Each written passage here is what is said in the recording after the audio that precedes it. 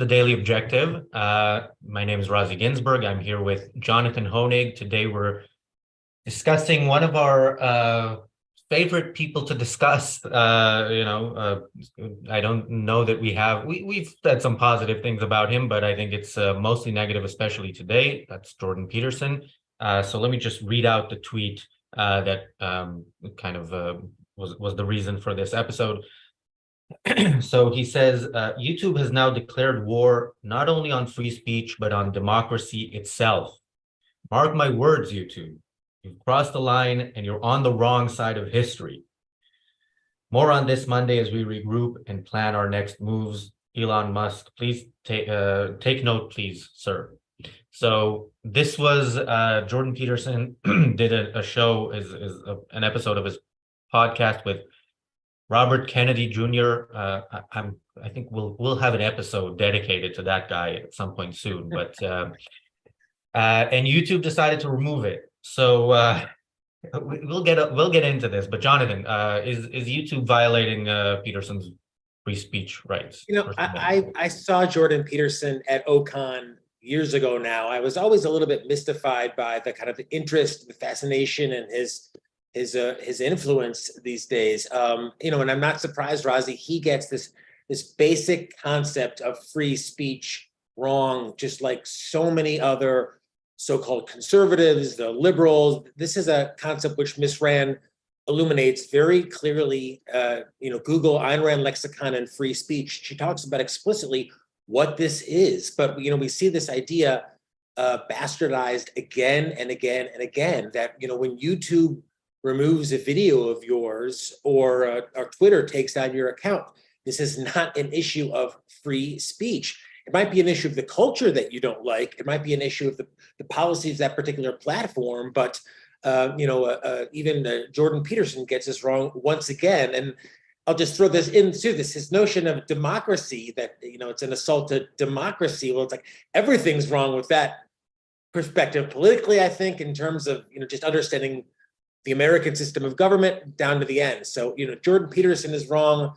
And in fact, just seems like there's more of a multitude of different options of electronic speech now, more than ever. I mean, there's Rumble, there's Twitter, there's many other platforms that seem to be gaining speed, at pretty much a rapid pace. So Jordan Peterson gets it wrong, but so many others get it wrong as well on this very important issue.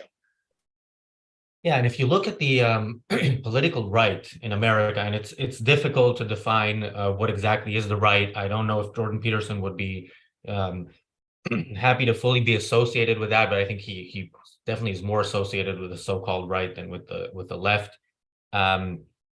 This is just the latest iteration in their assault on private property, especially when it comes to big tech. I don't, they don't like it when they're removed from platforms. They think they have a right to that, and it says a lot about their view overall on what the role of government is. You can see this. I mean, we talk a lot about Tucker Carlson as well, and Tucker Carlson was mentioned in this podcast that Peterson did with Robert Kennedy Jr. and they were wondering why he was fired. There were different views there, but it was mostly conspiratorial. And that's another thing with the right, that they're getting more and more conspiratorial. The fact that they're now embracing Robert Kennedy Jr. And this is the Trumpian right. This is this new unfortunate political beast that Trump has kind of created. And yeah. Yeah, well, and just the ongoing confusion of what Ms. Rand talked about in terms of economic and political power. The years ago, Razi, you were too young, but some of our viewers might remember, years ago when it was just the mall. You had your local mall, and there was a big movement at the time. This is really in the early '90s when people wanted to pass out literature at the mall, and the mall operators said, "No, you can't pass that out here." And people said, "Look, this is the public square. This is where people are. If you forbid me from passing out that literature, you're squashing my free speech." So back then, and many so-called on the right then took the side of the property owner rightfully and said, wait, this is the property owner's mall. They can have whatever groups they want here or they don't want here. But now, as you said, fast forward 20 some years, and there's such, well, Twitter or Facebook, this isn't a private company. This is the public square. And thus everyone has a certain right. And of course, government has the obligation to come in and not just regulate, but to establish a so-called, freedom of speech for the internet. So, it's that ignorance about public and private property and public and private power that we're seeing now, even Razi extended to AI. You're already seeing even many in the AI space come in and say, we need government to get in to regulate AI. So, why would we not think that they're going to have a really heavy hand in regulating online discourse when it's established as this notion of freedom of speech, and it's not? Yeah, somebody in the chat says Jordan Peterson needs to clean up his philosophy. I mean, I think he needs to replace his philosophy. This is like I watched this thing with Robert Kennedy Jr. I recommend watching it because it's interesting to see how people are thinking and how wrongly they think. I have to say some words about Robert Kennedy Jr. because I remember him as an environmentalist activist, and this actually came up at some point in their in his interview with Peterson. I mean, this guy is, he's a full-on, if first of all, he's a full-on environmentalist, which you would wonder, is that now where the right is going?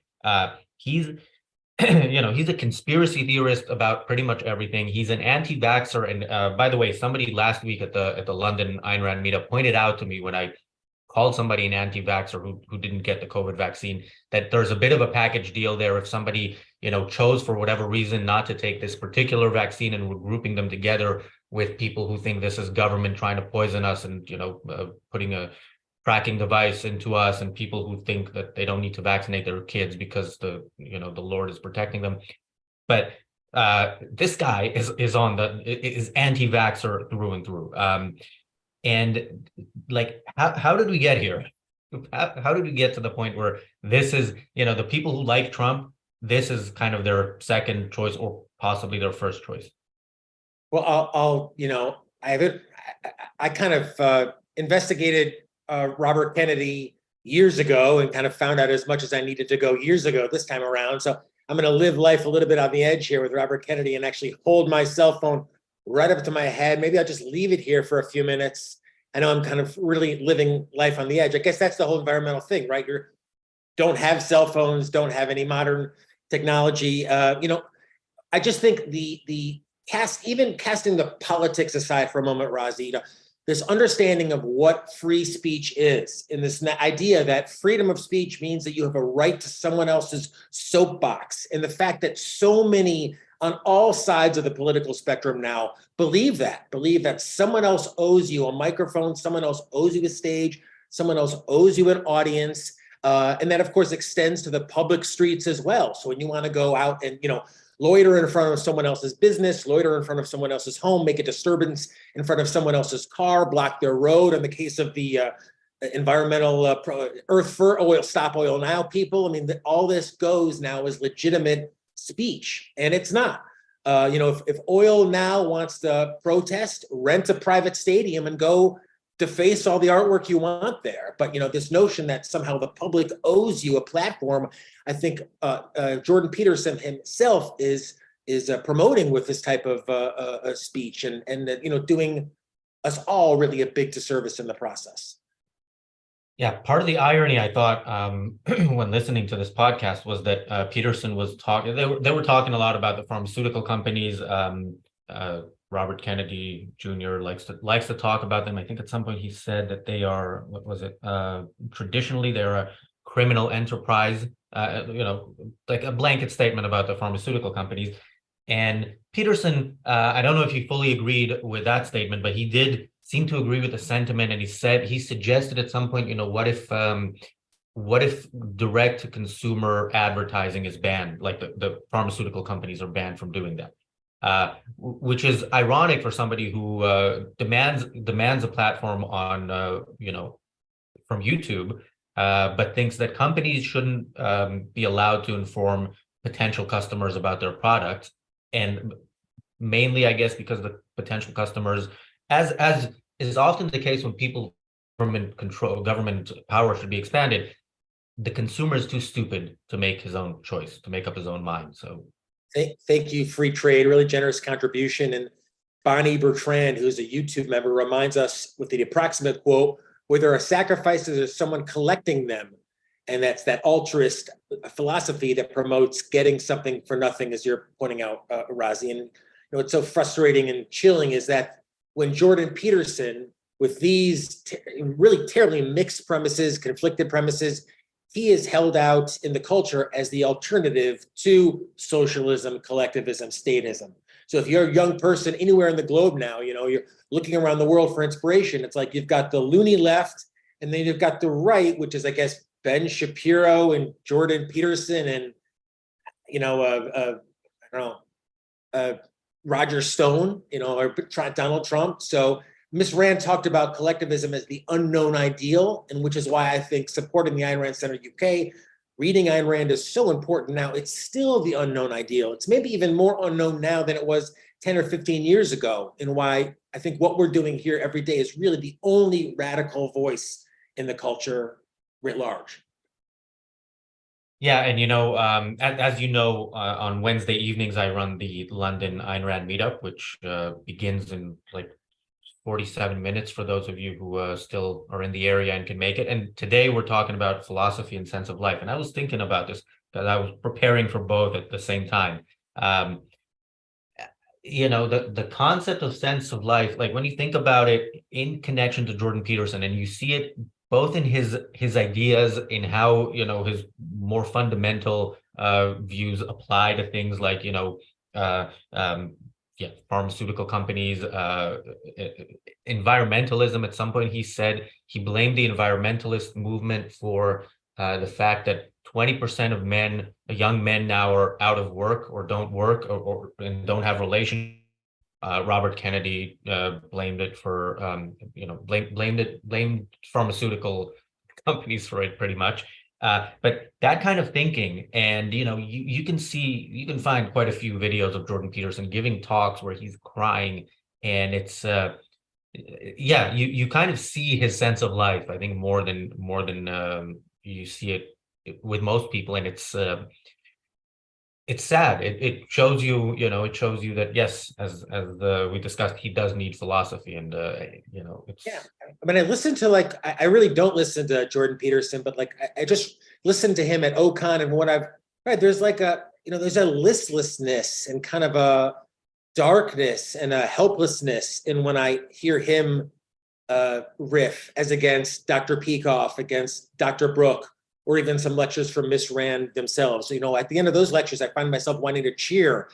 When I've heard Jordan Peterson, I find myself kind of wanting just to sigh. So I'm frustrated that given his influence, he gets these basic ideas wrong. And which is why, Razi, it's like some of the essay books, like, Capitalism, the Unknown Ideal, or The New Left, the Anti-Industrial Revolution. These are great little chunkets for people who are interested in politics, interested in these issues, to have an introduction to a rational philosophy and objectivism. So pick any of those up to get started as a real rational counter to Jordan Peterson's, what Christopher Smith describes as chaos. And I think he's right. Yeah, he's absolutely right. I mean, one of the things that I remember, I was also at that panel with Jordan Peterson at OCON, and I remember him saying, I don't remember the context, but about something, it helps you get through the tragedy of life. And that's Jordan Peterson's view of life, in basically in a nutshell. He thinks that life is a tragedy. He has some rules to help mitigate the tragedy, to help you kind of get through it, but that's not what life is about. Certainly not according to Rand. You don't suffer through it just so you get to the end. And I don't even understand the kind of thinking that goes behind it. And I think it's sad that he has the kind of influence that he has. Kim, a great contribution. It's people like Kim who are literally keeping us on the air. Razi works his tail off programming a whole network here with not only live events, like he's talking about, he's going straight to a meetup after this, meeting people live in the UK to learn about objectivism, to start reading Ayn Rand for the first time. But coming up at 10 p.m. UK tonight, it's The Cutting Edge with Lee Pearson, Bob Stubblefield, Steve Richens on recapping some cutting edge key concepts and controversies. So these are some real in-depth conversations on epistemology, on metaphysics, kind of the nuts and bolts of Ayn Rand's philosophy. We've got Razi doing in live person events. We've got all elements of objectivism covered, and we need people like Kim A, and we need you to help us out. But Kim A wants to know, is Jordan Peterson a pseudo-intellectual, or is he just very philosophically misguided? Razi, you actually, we had this exact discussion at a meetup in London a few weeks ago, where somebody did say that he's a pseudo-intellectual. I disagree. I do think he is an intellectual. I mean, he does intellectual work. He has, he's very influential as an intellectual, probably more than any other active intellectual today.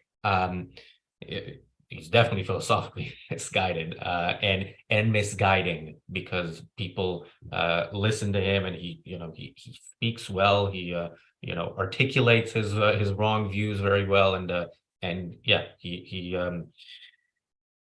gets people to go down the path that he is leading them down, which is unfortunate.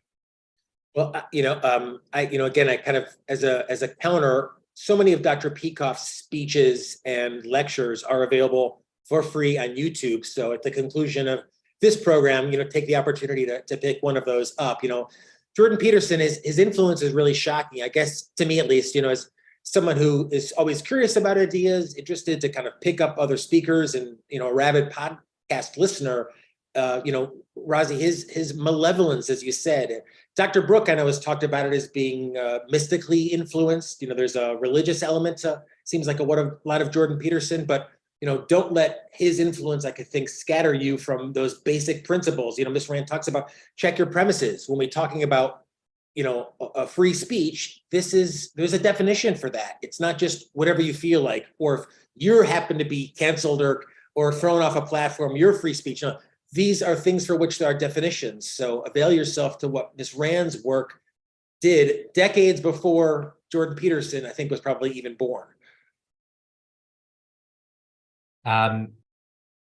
Yeah, as I mentioned, I do think at some point we should have a full episode about Robert Kennedy Jr. I don't, Jonathan, you're not a fan of doing things about politics, so I don't know if you're going to want to be on that. But it's again, I find it really fascinating in a very disturbing way, the way U.S. politics has gone, like the direction it has taken, the direction the so-called right has taken, more so than the left, pretty much since Donald Trump announced that he's running, and where that right has gone on property rights, on foreign policy. People, it used to be the Republican side that was kind of concerned about Russia, certainly when it was the Soviet Union, concerned about America's enemies, concerned about dictatorships.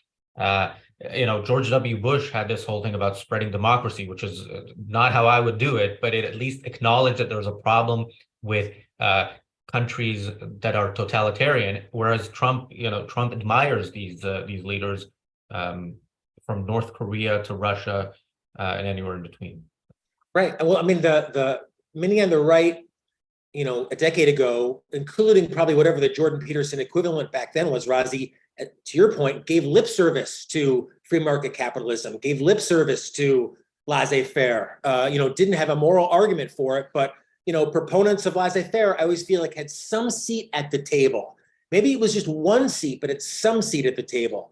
But anywhere in U.S. politics now, I mean, free market capitalism is seen as, a throwback, seen as like, oh, that old chestnut, gets serious now. So it's, it's not just even seen as, of course, it's seen as immoral, but it's even seen as impractical as well. And, kind of says, to paraphrase Ms. Rand, it's earlier than we think. So we'll get into, I'm sure, RFK in a future show, but, I think for now, it's important that we kind of point out that Jordan Peterson, despite his influence, doesn't get these basic concepts of even what free speech is. Yeah, and so we definitely should look at what's going on. We should judge these people morally. I mean, you should judge people for better or worse morally. I think in this case, it's probably for worse.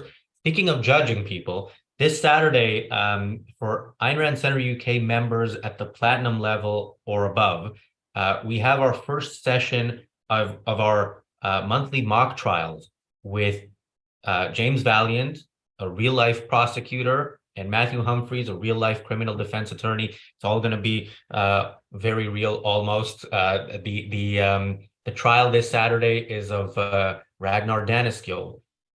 Very cool. Real in that sense, but it is going to be a fascinating trial. He never got his day in court, so that is this Saturday for all members. I think there is a link in the live chat and in the description to become a member. This is for platinum level or higher, so you do have to be a member at the £50 a month level. I say just do it. I mean, for anyone, if you're just starting to pick up Ayn Rand's work, it's so great to be able to read this, or even if you're reading it for the second time or just kind of getting involved with it.